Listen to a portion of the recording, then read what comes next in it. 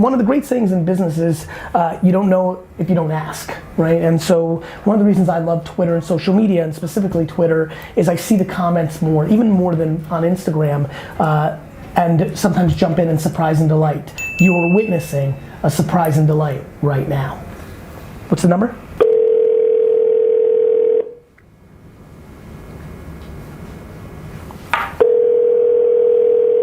Crystal, you better pick up.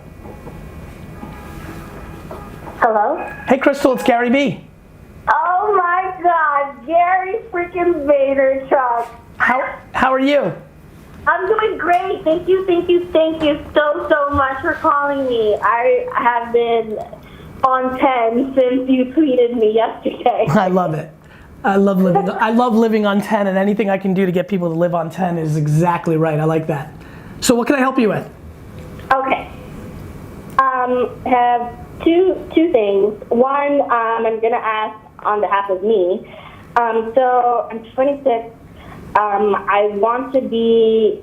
I want to say a marriage counselor.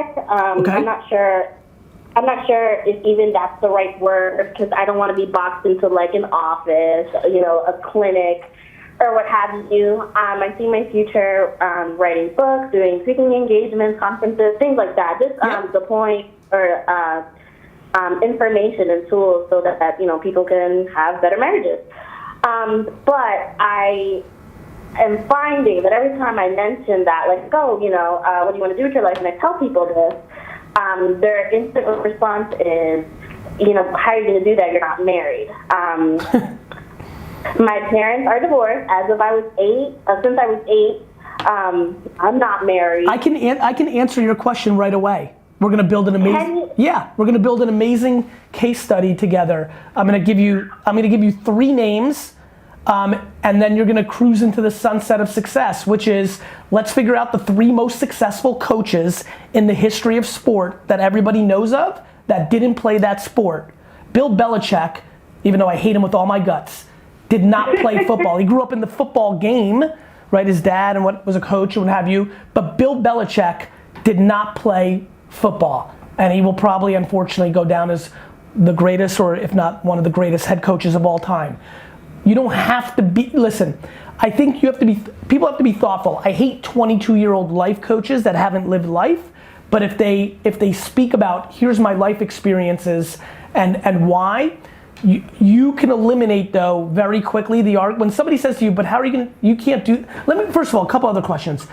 Are your friends and your circle telling you can't do that? Or are customers that you're trying to do that with telling you that they don't want to go with you because you're not married? No, this is more acquaintances, people that I run into. Yeah, so listen, that's a mistake. Like, you can't listen to acquaintances, their opinions don't matter. Okay. You can't listen to. So how? You can't listen to. How do I feel that? How do you? I'm sorry. No, go ahead. I'm sorry. I'm getting excited. You should talk. Go. So am I. I'm like pumped. Basically, like I wanna, because I follow you, and I've been following you for a couple of years now, and I do agree what you have to say about education. I do think people are gonna start moving from going to school and sending their kids to school to finding ways. I've got your answer. I've got your answer, and a lot of people get up. You know what I'm gonna ask. Of course I know. I know exactly where you're going. So if you're not gonna get the PhD, there's only a few ways to justify and gives confidence to the end market why they would jump with you. It's crazy to me that so many people, I was watching 60 Minutes last night in the background as I was working, and the way that Oprah was justifying the person was, he has a PhD in this and a master's in that.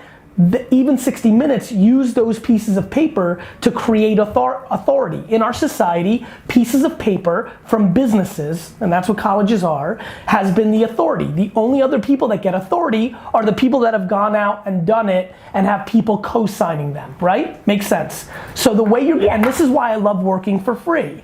When you don't have a piece of paper, right? One of the reasons I love working for free is working for free for somebody who is that person in society, whether they got a piece of paper or they're Puff Daddy and they just did it, becomes the equity that you trade under once you become great at something, right? Andy, who's sitting here right now, every single famous person I see gives him a lot of street cred right away, not because he got a fucking degree for personal branding and marketing for Virginia Tech. What degree did you get? Political science. Not because of his fucking bullshit political science degree from Virginia Tech, but because he went and worked underneath me and I went out and did it, and I always give him love and good vibes. The end. It's not Babin's degree from the USC School of fucking Film or NYU. I dropped out. You know, Right. so what you need to do is one of two moves if you're not gonna go get a PhD and have everybody comfortable with it.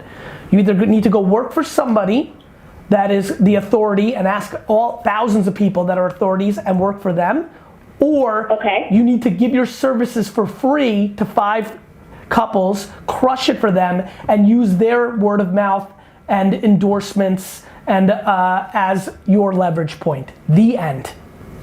There's 3 ways to win the game. 1, the traditional piece of paper route. 2, work for free for somebody and siphon off their equity once you deliver for them. Or 3, eat shit and do it yourself in the beginning and let the testimonials of the early people give it for you. I'm 3. I recommend often 2. 99% of the world plays 1. Okay. Awesome. That was some good shit, actually. That was good. That was amazing. It's very rare when I get to the real point. like that's the fucking point. Those are the 3 pillars of trying to gain market acceptance. The 3 pillars of market acceptance. I love it.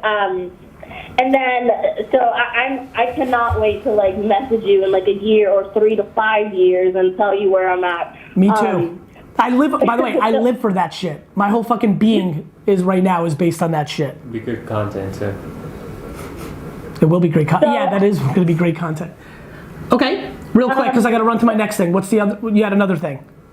Yes, so I work for a company here in Lancaster, Pennsylvania.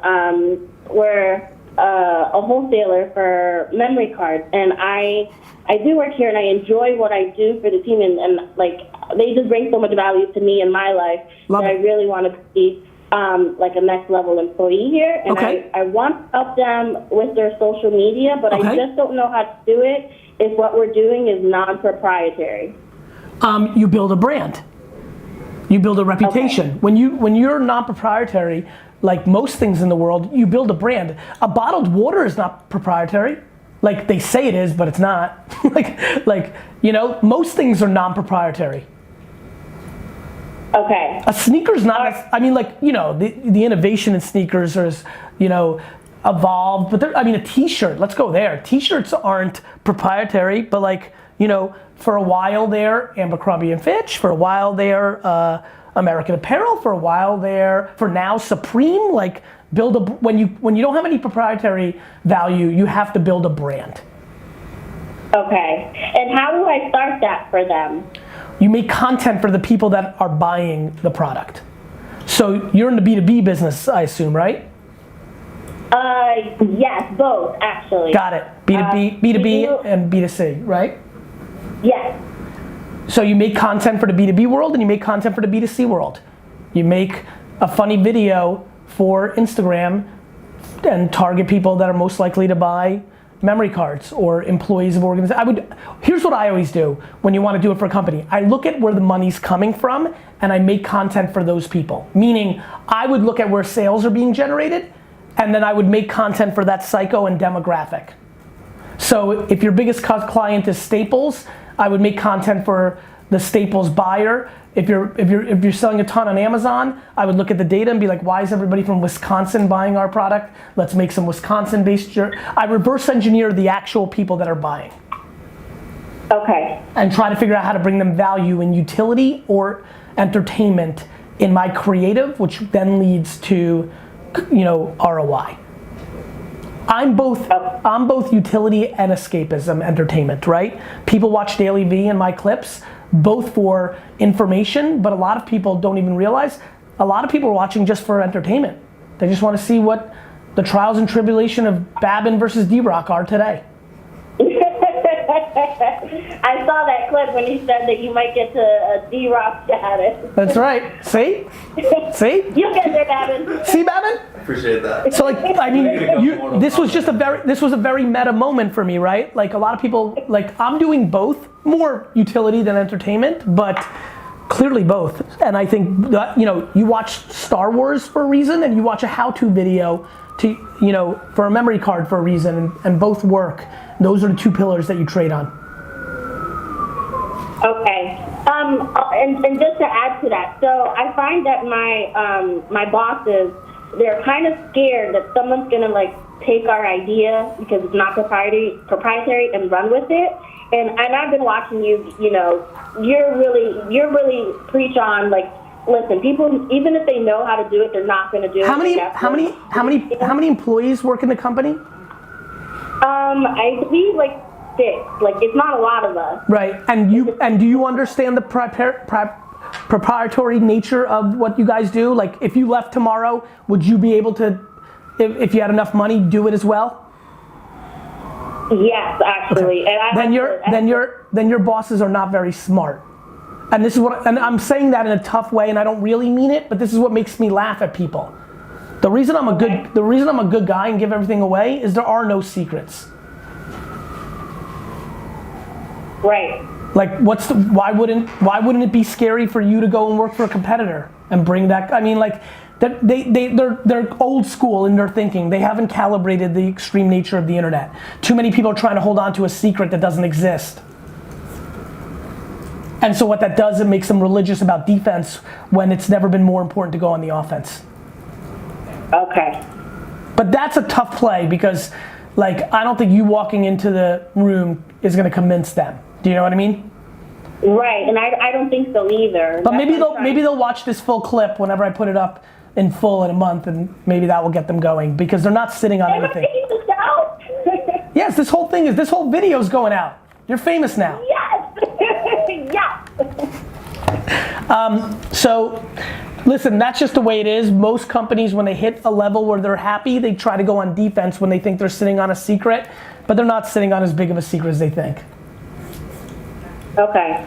All right. VaynerMedia would be smaller, not bigger, if I held on to all these good ideas.